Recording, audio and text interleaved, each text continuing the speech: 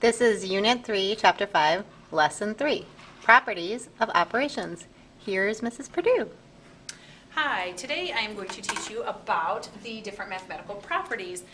So by the end of this lesson, you should be able to say, I can identify mathematical properties and create my own examples for each property.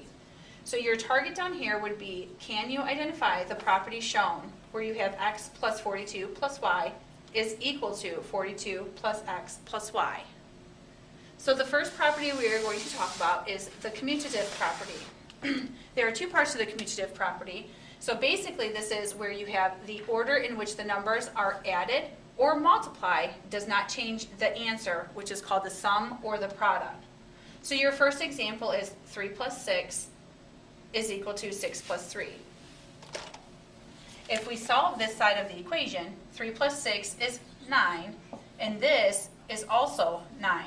So both sides of my equation stays the same. This is called the commutative property of addition. So the order in which the numbers are added does not change your answer. This also works for the commutative property of multiplication, where you have 4 times 5, which is 20. This is equal to 5 times 4, which is 20. Again, the order in which I multiply these numbers does not change my answer. So that would be your commutative property of addition and the commutative property of multiplication. The next property that we are going to talk about is the associative property. The associative property talks about how the numbers are grouped. So the way the numbers are grouped when added or multiplied does not change the sum or the product. Again, this refers to the answer.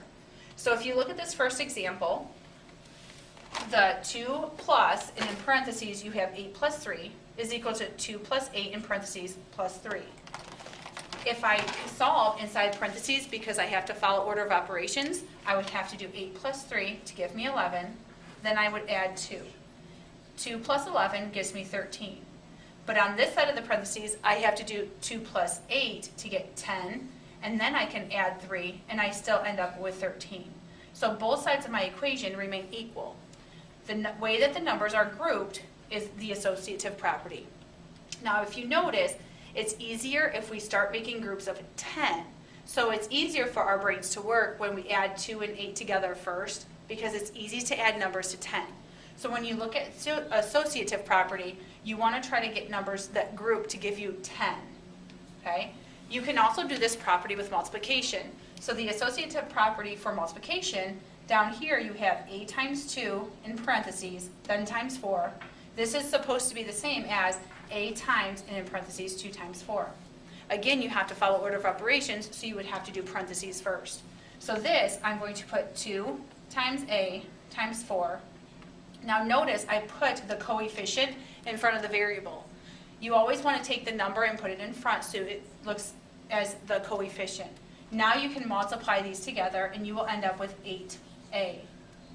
On this side of the parentheses, you have to do 2 times 4 first to get 8 and then multiply that by a.